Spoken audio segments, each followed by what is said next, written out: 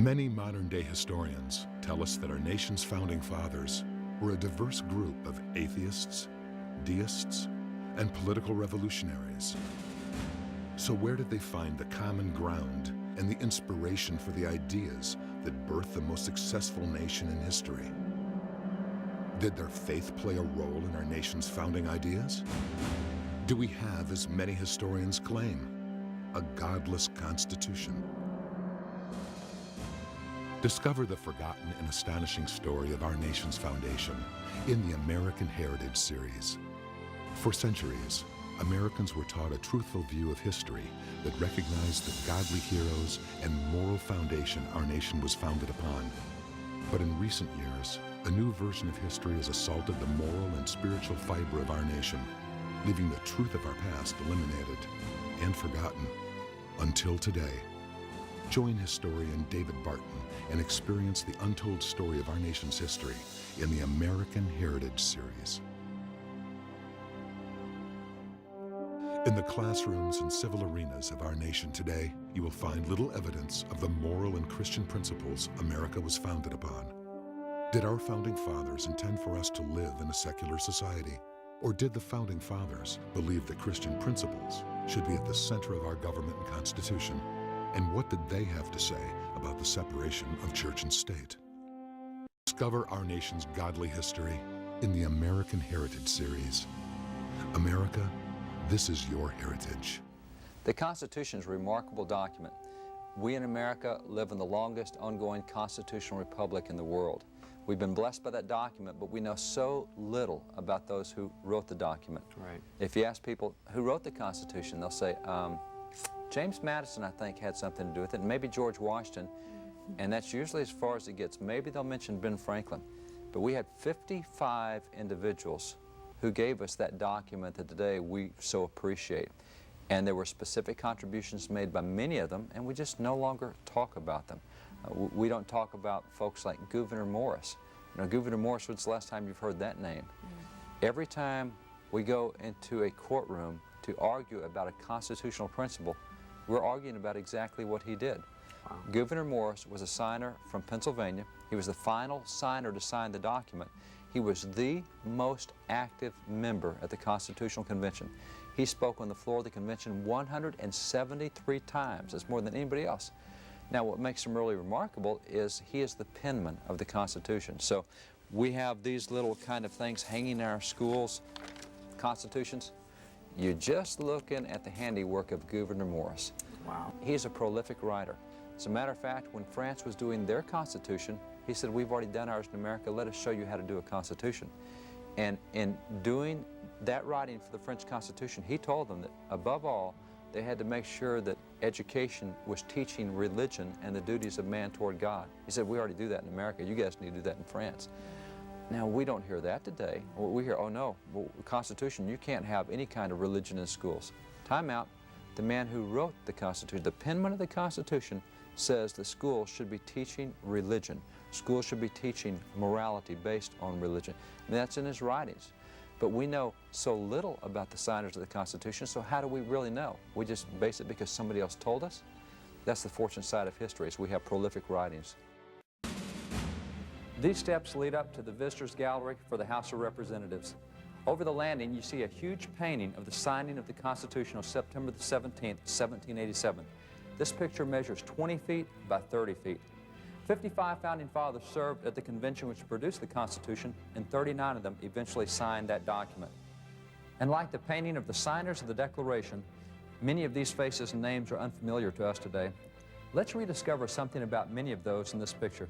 Let's begin with Abraham Baldwin. Not only was he the chief founder of the University of Georgia, but in his time, he was considered to be one of America's youngest theologians. At the age of 21, he was offered a professorship of divinity at Yale University, and throughout the American Revolution, he served as a military chaplain.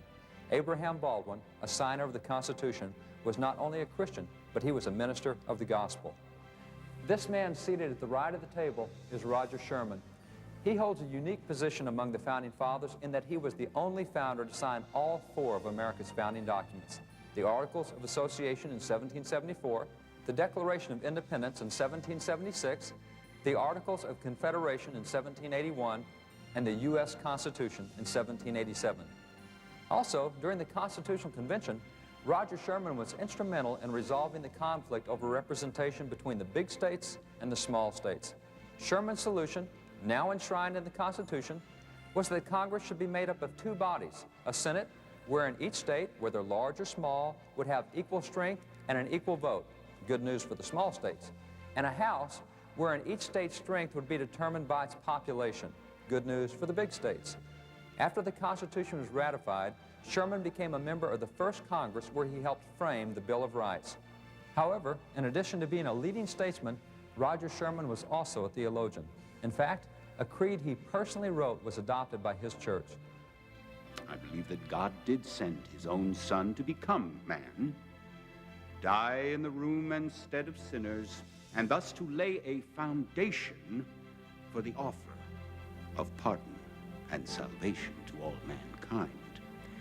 That at the end of this world there will be a resurrection of the dead and a final judgment of all mankind, when the righteous shall be publicly acquitted by Christ the judge and admitted to everlasting life and glory, and the wicked be sentenced to everlasting punishment. Roger Sherman, a distinguished founding father and a signer of the Constitution, was also a Christian theologian. In fact, his contributions to American government are so great that he is one of those who has been honored with a statue here at the Capitol, located in East Central Hall. When you look at the Constitution and the Constitutional Convention and those who wrote it, we so often get the tone today that that was a secular document. Those are secular guys. They didn't have any religious intent, right, which is really nonsense. When you look particularly after they came out of the Constitutional Convention, what they said about that document is really unbelievably religious. You have Benjamin Franklin, who at the close of the convention says, I'm not saying that the Constitution is divinely inspired. He says, but I am saying that something of this momentous, this impact to so many million people could not have come into existence without being guided and directed by that omnipotent and all-powerful being in whom we live and move and have our being. So Franklin says, I'm not saying it's divinely inspired, but I am telling you this is an act of God. Wow. Then you get James Madison, that when he did the Federalist Papers to explain what they'd done in the Constitution, he said to the pious man, it's impossible not to recognize in this document a finger of that almighty providence who was extended to us throughout the course of the Revolution. He said, and he concluded, he said, this document is a miracle. And that was the same term George Washington used. When he looked at the document at the end, he said, he said, you want my feelings? He wrote a letter. Someone asked him, what do you think about the Constitution? Because they want to know whether to support it. He says, you want to know my feelings? I'm very candid about this. This document is a miracle of heaven. Wow. He thought that God had done it. And then as it came time to ratify, Dr. Benjamin Rush, who'd signed the Declaration, who lived in Philadelphia, who knew all these guys doing the Constitution, who's talking to them day by day, came time, they finished the Constitution, it's now time to ratify it. And Benjamin Rush is an evangelical Christian. He says, I'm not saying the Constitution is divinely inspired. He said, but I am saying that the Constitution is as much of a miracle as any miracle performed in the Old or the New Testament. And today we sit back and say, oh no, it was a secular document. Why, they wouldn't want religious activities in public. You know, wow. That's just not in the records. In the classrooms and civil arenas of our nation today, you will find little evidence of the moral and Christian principles America was founded upon. Did our founding fathers intend for us to live in a secular society? Or did the founding fathers believe that Christian principles should be at the center of our government and Constitution? And what did they have to say about the separation of church and state? Discover our nation's godly history in the American Heritage Series. America, this is your heritage. William Samuel Johnson.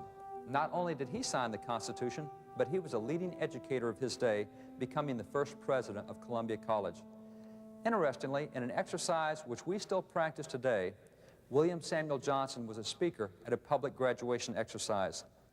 Your first great duties, you are sensible, are those you owe to heaven, to your Creator and Redeemer. Let these be ever present in your minds and exemplified in your lives and conduct. Imprint deep upon your minds the principles of piety towards God and a reverence and a fear of His holy name. For the fear of God is the beginning of wisdom, and its practice is